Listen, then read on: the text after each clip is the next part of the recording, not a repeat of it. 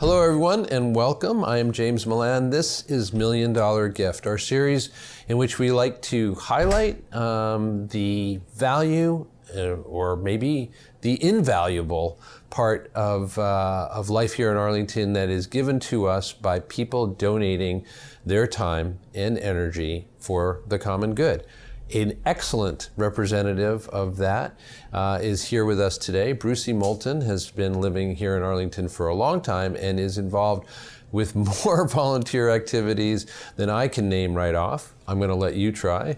But anyway, welcome, Brucie. Well, Thanks for joining us today. Great to be here. This is so much fun to be doing it. I moved to Arlington in 1976, and it was a great many years before I discovered the joys of volunteering. In fact, it was only about 10 years ago that I began to have time to explore what the possibilities might be. Mm-hmm. And that was when I first got involved with Sustainable Arlington, which is part of the Vision 2020 group that's affiliated with the town of Arlington. And I'm not exactly sure how I first learned about Sustainable Arlington. I suspect I was poking around online and going, so what might I go do? I've got this free time. Oh, well, that looks like it would be a fit. And I remember going to the first meeting that I ever attended of Sustainable Arlington. There were people grouped around a table in the town hall annex, first floor conference room. And I'd never been in the town hall annex before, and all these people seemed to know what they were doing, and I felt like a complete newbie, and so I just sat down and I listened, but they were interesting people and they were talking, so I went back to the next month meeting, and eventually I got involved in some project that they were doing, and here, all these years later, I've recently become co-chair of Sustainable Arlington with another Arlington resident, Amos Meeks. Mm-hmm. Yeah, so I think, that's a great illustration of the kind of way that somebody can get involved in what turns out to be a significant amount of volunteer work here in town or wherever you live.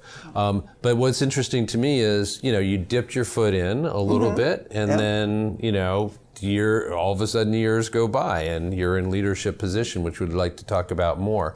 But to take you back a little bit, you said that you had moved to Arlington in 76, and then it took, some number of years before you began to volunteer here in town. I assume that's because, like a lot of other people, you might have started a family initially, and that was what consumed a lot of your energy? Is that what was happening, or was it work? My husband and I did this crazy thing. We both worked and went to graduate school at the same time. And that is a recipe for a very busy life. Mm-hmm. We developed something we called split-second timing in those years. So we would go to our jobs, we would go to graduate school, we would do our papers and reading, and it was nuts for a number of years. And then I was in graduate school. That dragged out for a while. And I continued to work full time. And then I found myself in what was called the sandwich generation, where I had much older relatives who really needed more and more assistance, and none of them lived in New England. And I had a baby in the early 90s. So that was me, the filling in the sandwich. So I did that for quite a few years. And then I graduated from being the sandwich filling, and that was when I had more time. Okay, so let's talk a little bit more about a couple of the major activities that you're involved with here. You've already mentioned Sustainable Arlington and how you went in there, or how you got involved initially, but what is it that Sustainable Arlington is up to in general? Sustainable Arlington, as the name indicates, is about environmental sustainability. A connection to nature, the environment as a whole, is something that goes back to my earliest childhood on a farm in West Virginia, and that has continued wherever I've been ever since. I'm proud to say that my car has a sticker now saying that I've been a member of Mass Audubon for more than 25 years. In fact, I can remember going to Mass Audubon in the late 1970s. and I'm getting lost on that, so you're going to have to reel me back in and tell me what I was, because I get so excited, I know, about the environment and the natural world. So Sustainable Arlington is really about how can we help the town of Arlington, administration, government, as well as residents, find ways to operate on a daily basis that makes better use of our natural resources and takes better care of our local environment. So Sustainable Arlington was founded in 1999. They worked on the town's sustainable action plan. All along, they've been involved with how can we find ways to be more energy efficient in town buildings, more energy efficient traffic lights, more energy efficient lighting in the library. How can we help residents learn more about making their homes energy efficient through Mass Save home energy audits, and then also renewable energy. And so we were part of Solarized Mass in 2012. We had 157 new solar power installations on homes here. I'm proud to say mine was one of them. So we've looked at how we affect our water bodies in town. We did a program called Windows on Water in 2010, how the water you use affects you and how you affect it.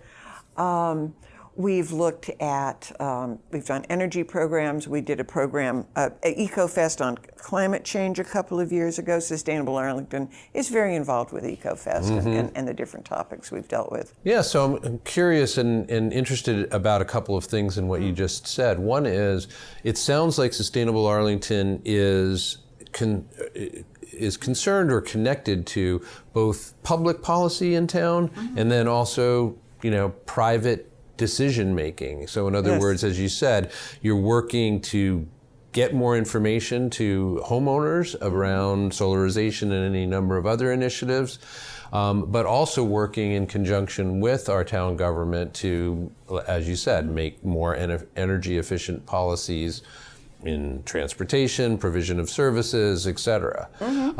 Does that mean that the group itself is also a mix of town officials or representatives of different town agencies, or is it really more of a group that kind of sprang up organically from Arlington residents? How is the group composed, and what is that balance between officials in Arlington and town residents?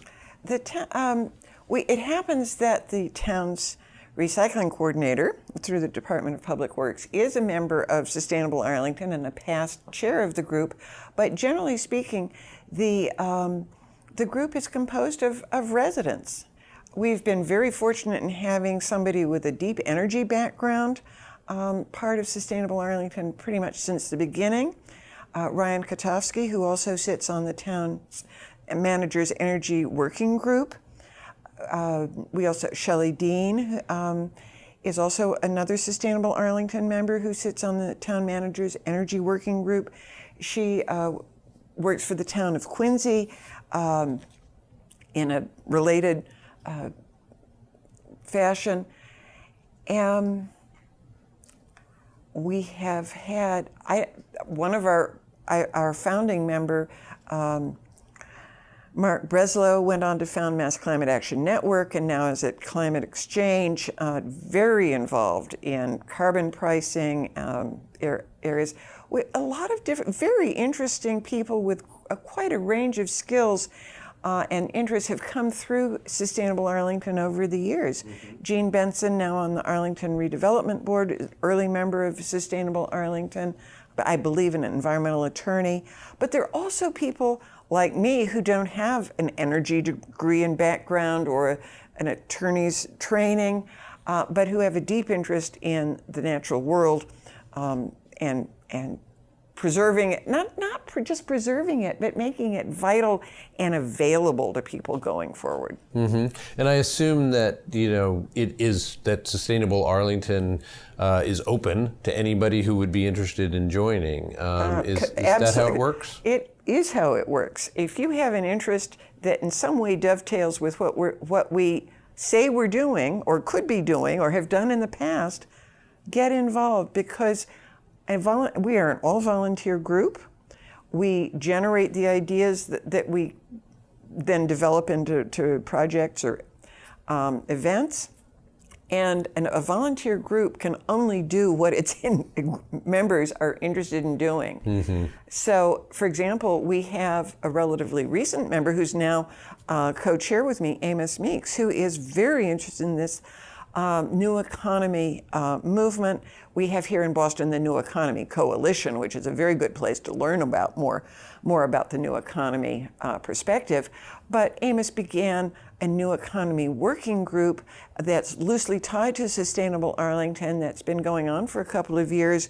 We did a program through Arlington Community Education last May based on this, a panel discussion. And we're looking at ways that we can bring new economy concepts to bear in a practical way for Arlington's local economy, which we know is a big issue. Mm-hmm. Let me just interject for a second, Brucie, sure. and ask you. You've mentioned new economy. There's this new economy working group, and that you're bringing new economy principles into Arlington. We hope to. Hope to. So just tell our viewers a little bit, what do you mean when you say new economy? What are you talking about? Well, it goes back in part to the work of E.F. Schumacher, The Small is Beautiful. And I would say it's about relocalizing the ownership of a means of earning your living. Mm-hmm. So many places now are franchises, part of chains. The people who are working there don't own the business. We also are very fortunate in Arlington to have a number of locally owned businesses, but they are owned by somebody, and they're owned by somebody who has employees, and that's a very viable model. It works extremely well. But there's also a lot to be said for having cooperative business models, employee-owned business models. And they tend to have a higher rate of success in the early years, so the cooperative especially. And there are major resources nationally as well as locally to help support cooperative and employee-owned businesses getting off the ground. And it is a way of building our local economy. And a strong local economy ties into a healthy local environment. So is there also an aspect in terms of the new economy? You've just well articulated the idea of promotion and cultivation of employee-owned businesses and cooperative businesses. Is there also an aspect of new economy that is around, that is addressing the other side of that equation, the consumer side, or are you promoting principles or behavior within the local population, beyond the starting of businesses, or is it really about, how to it would involve seed business? It's part. I think it can be. It has the potential to be both. Mm-hmm. It is about engaging residents with their local businesses. The more you support local businesses, also the more cohesive your community. Mm-hmm. Remembering what it was like to live in a small town in the 1950s and 60s, it's a very different experience, and the kind of connections that you make are valuable. And I have to say, moving forward into an era of climate change and climate change impacts, which is something that our town is now working on through the Municipal Vulnerability Preparedness Program.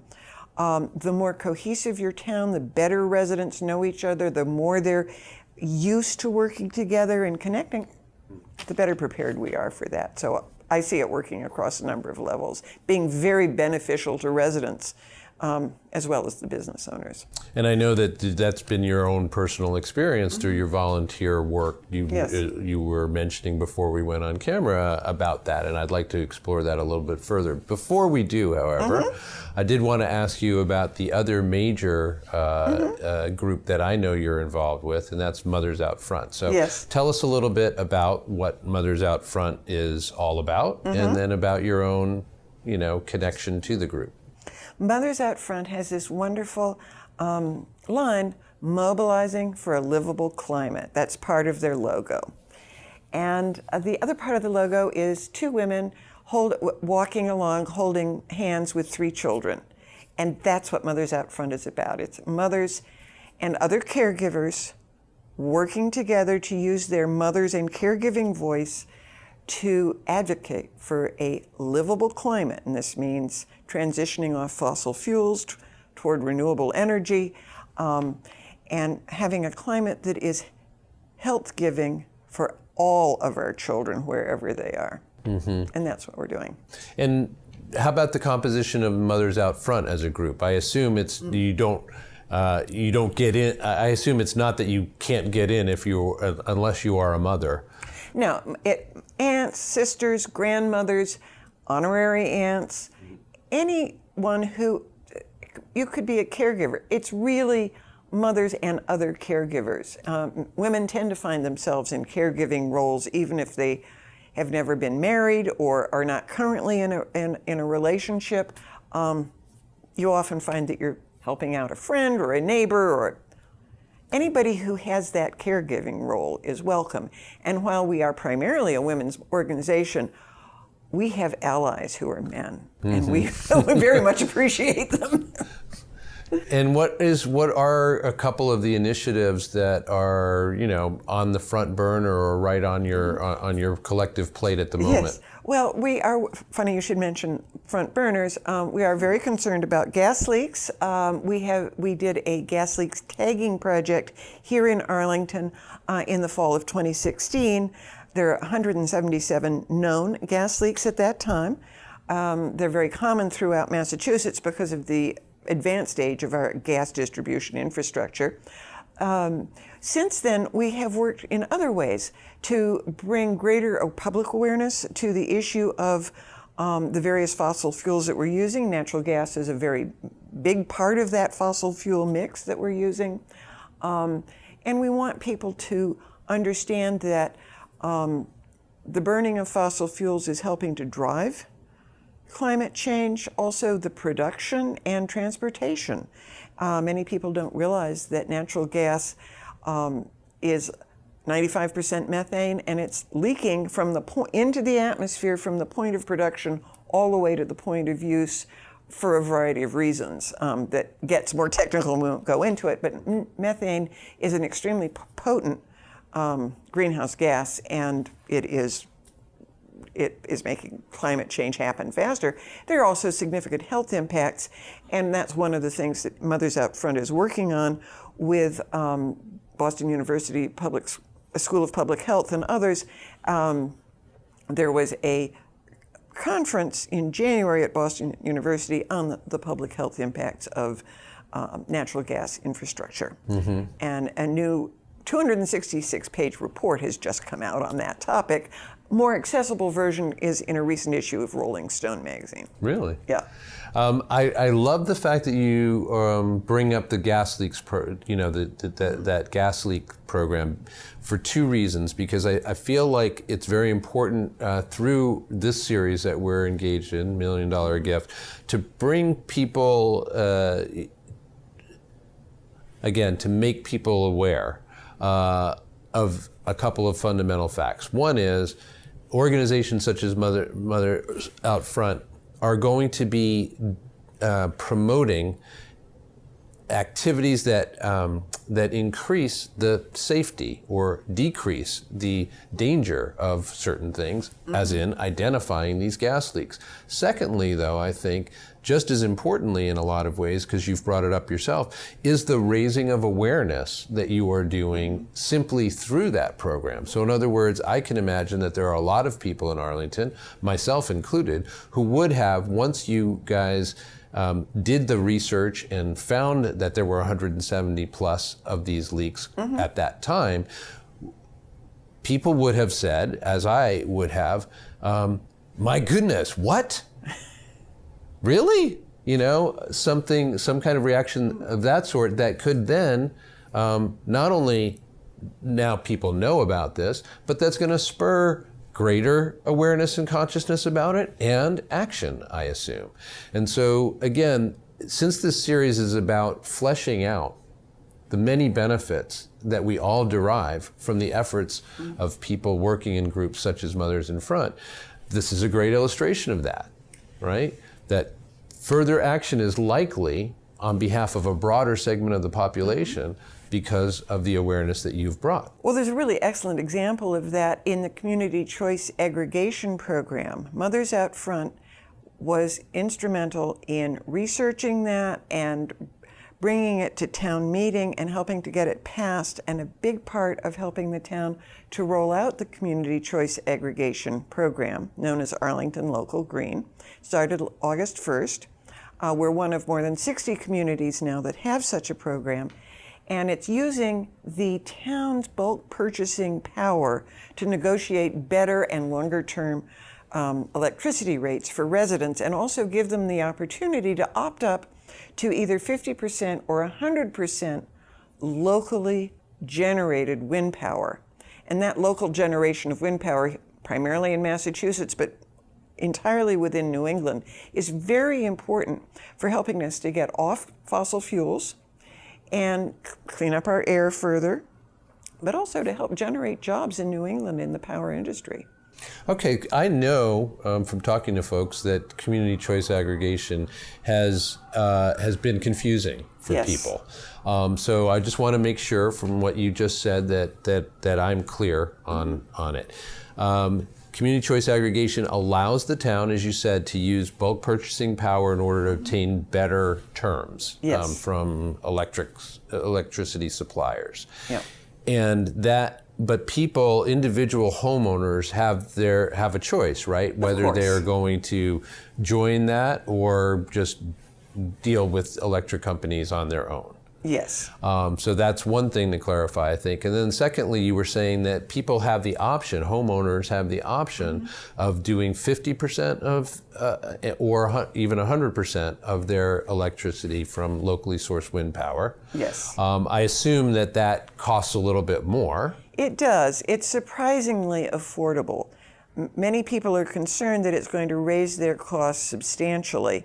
Looking at what we believe is an average homeowner's use or renter's electricity use of 600 some kilowatt hours per month, we have calculated that it would be about $7 a month extra for the 50% opt-up and $15 extra for the 100%. And in the current 6-month period for the Eversource rates, Eversource is our electricity source supplier here in Arlington. I'm going to have to rephrase that. It is a little bit complicated, and I have to stop and think how I say it. Eversource recalibrates their rates every 6 months. Arlington Local Green has an 18 to 24-month stability period that doesn't change. So in the current 6-month period from January 1st to the end of June, the Eversource rate is actually slightly higher even than 100% Arlington Local Green, and that's really something. Now, Eversource will recalibrate its rate again for July through December, and because of that time of year, it may drop down a little bit. But even when they're slightly below the rate for Arlington Local Green, the amount extra that you're going to be paying is really minimal. And there are easy ways to calculate what your exact difference will be, and we encourage you to call Mass Energy for help with that. Yeah, so that, again, another great illustration of the kind of work that you're doing and how doing the research, figuring out, making the connections, doing the policy advocacy, et cetera, that Mothers Out Front is doing in this particular arena, then gives the rest of us choices about without constraining us or confining us, because as we want to make clear, right? Community choice aggregation, you can opt in or not. That's right. And you can opt in at whatever level you are comfortable with or not.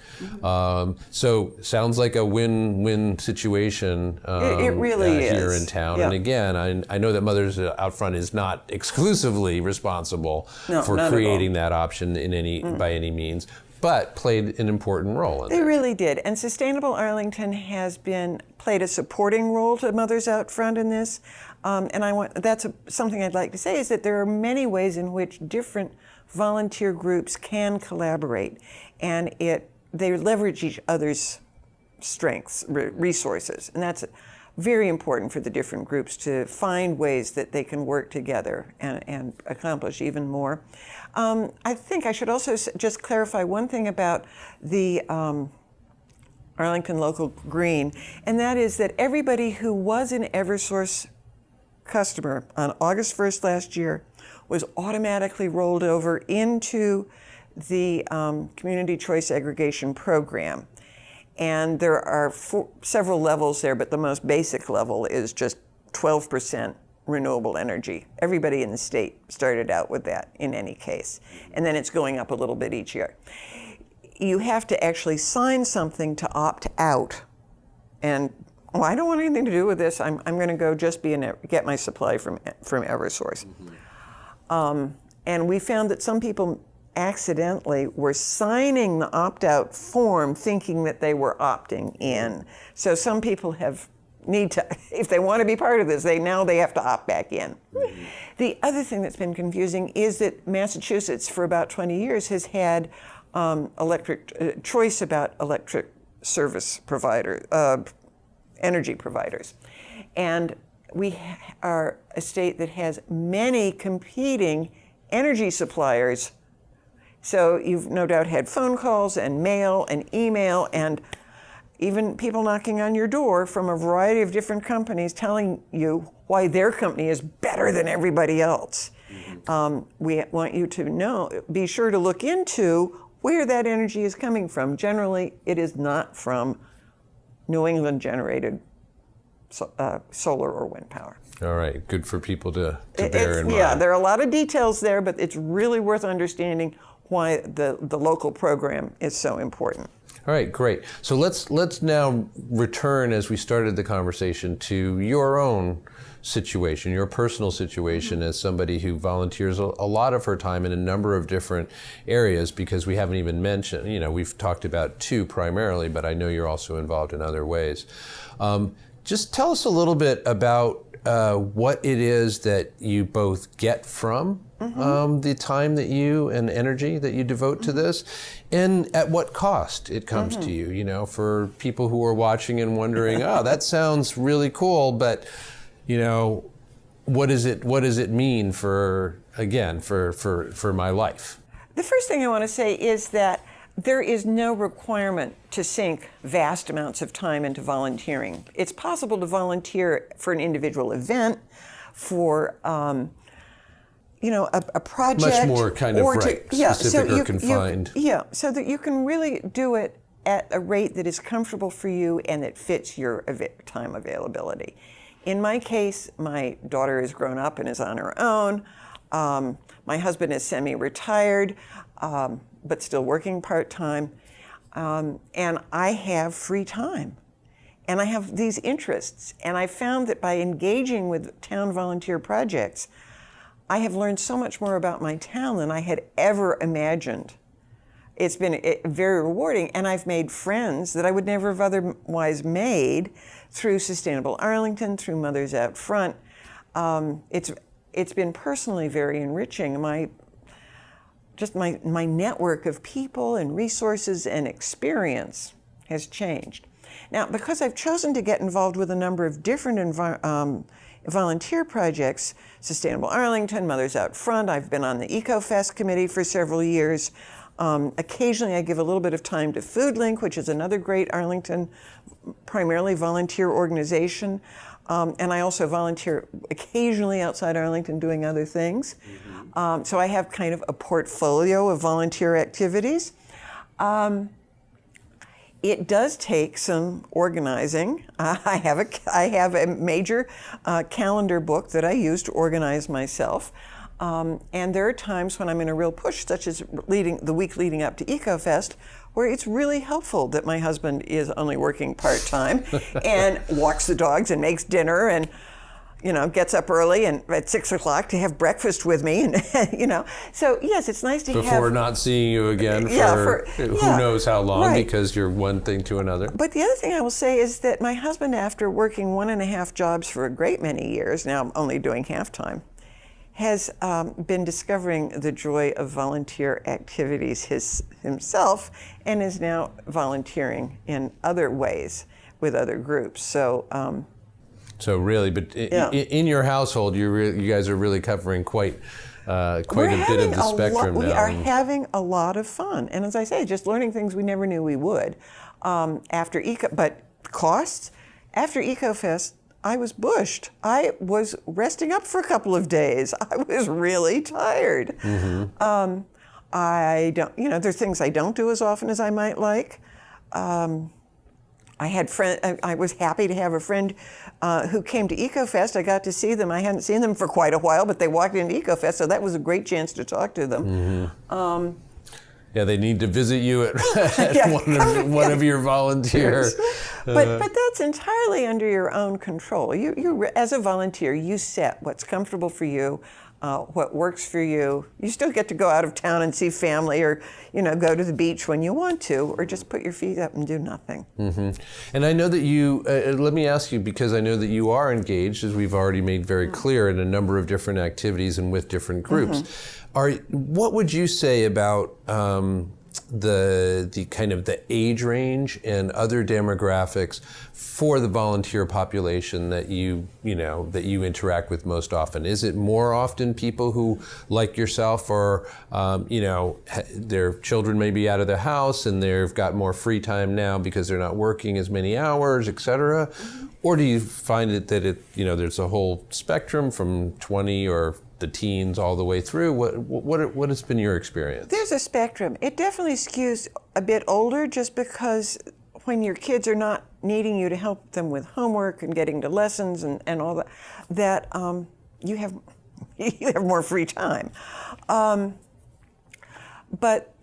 with Mothers Out Front, it's specifically designed to make it possible for women with babies, elementary school age children, to participate at some level. And we do have a number of members with quite young children, and they sneak out for the monthly meeting at somebody's house. They take on projects where they can do from home. There are a number of things that require just being online and sending out a newsletter, doing data management, helping to draft something. Mm-hmm. So there are a lot. So we're really working to find ways of creating volunteer opportunities that work across the lifespan. And so my co-chair of Sustainable Arlington is a man in his 20s, and who happens to be in graduate school, and he's organized, and he just makes that work. And at the other end, we have volunteers with Mothers Out Front and Sustainable Arlington who are in their 70s and 80s. And the intergenerational component of it is one of the enriching things. Mm-hmm. So let me ask you, perhaps as a final question, actually, it's clear that your interests, run deep and quite broadly as well within the energy sphere. I'm wondering. I suspect that you plan to continue to do the work that you're doing with Sustainable Arlington and Mothers Out Front, et cetera, into the foreseeable future. I'm wondering, though, is there anything else that assuming things work out, you're thinking about devoting some of your time to that we haven't talked about? Oh my goodness. Well, I do also I have volunteered for almost 20 years, been either a family member or a volunteer for almost 20 years with the Cambridge Homes, which is an assisted and independent nonprofit assisted living. I'm going to have to start that one over again. The Cambridge Homes, which is an independent and assisted living nonprofit organization in Cambridge, next to Mount Auburn Hospital. And I've been very deeply involved with that. I also occasionally volunteer at Habitat in Belmont, where I get to be a goat nanny for 1 hour once a week. It's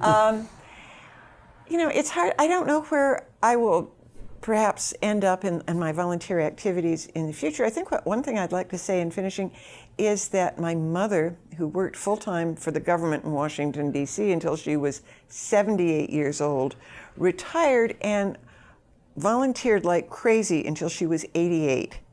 And so that's kind of my goal. That's my trajectory if things work out. I want to be volunteering until I'm 88, too. All right. Well, so you've got some decades to go. I hope so. Yeah. And we're all, it's to all of our collective benefit that you do so, and that so many other people similarly situated are making that decision. So on behalf of the community and of myself, frankly, as a member of this community, and sincerely, thank you for doing this. I know you get a lot out of it. I do. And I hope that that's the case. It is. But clearly, we are better off because of the work of the groups we've been talking about, and so many others as well. So we appreciate it. Well, and I hope others will come and join us. Don't let just a few people have all the fun. Get in on it, too. That's great. I think I can say nothing better than that with which to end our time today. So I'm going to, for Brucie Moulton, say thank you for joining us. I'm James Milan. This has been $1 Million Gift. And as Brucie says, don't let everybody else have all the fun. Get out there and get involved yourself. We'll see you soon. Thanks for joining us.